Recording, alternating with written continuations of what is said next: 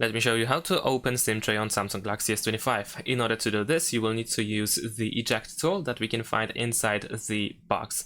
Of course, mine looks a little bit different, but it works as well. So if you lost the original Eject tool, then you can try to get another one from another phone, for example.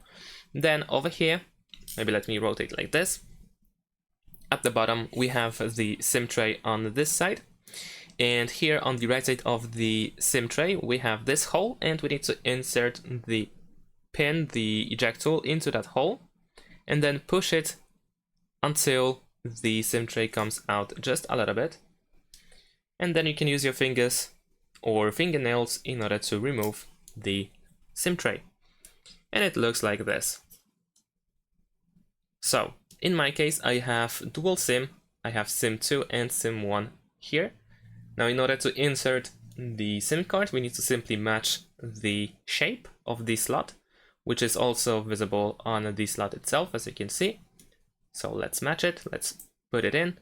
Be careful when you insert the SIM card, because these slots are really loose. We can easily drop and lose our SIM card.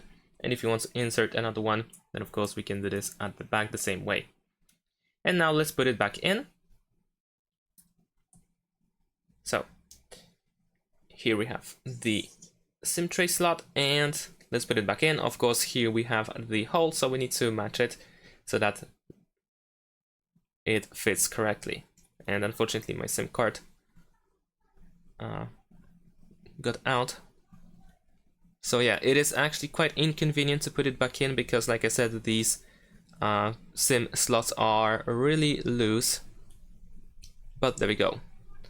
If you keep holding with your fingers on both sides, you should be able to put it back in and just push it with your finger, and that is all. Make sure that the SIM tray is fully in so that there are no issues. And thanks for watching, leave a like and subscribe to my channel, and see you in my next videos. Bye!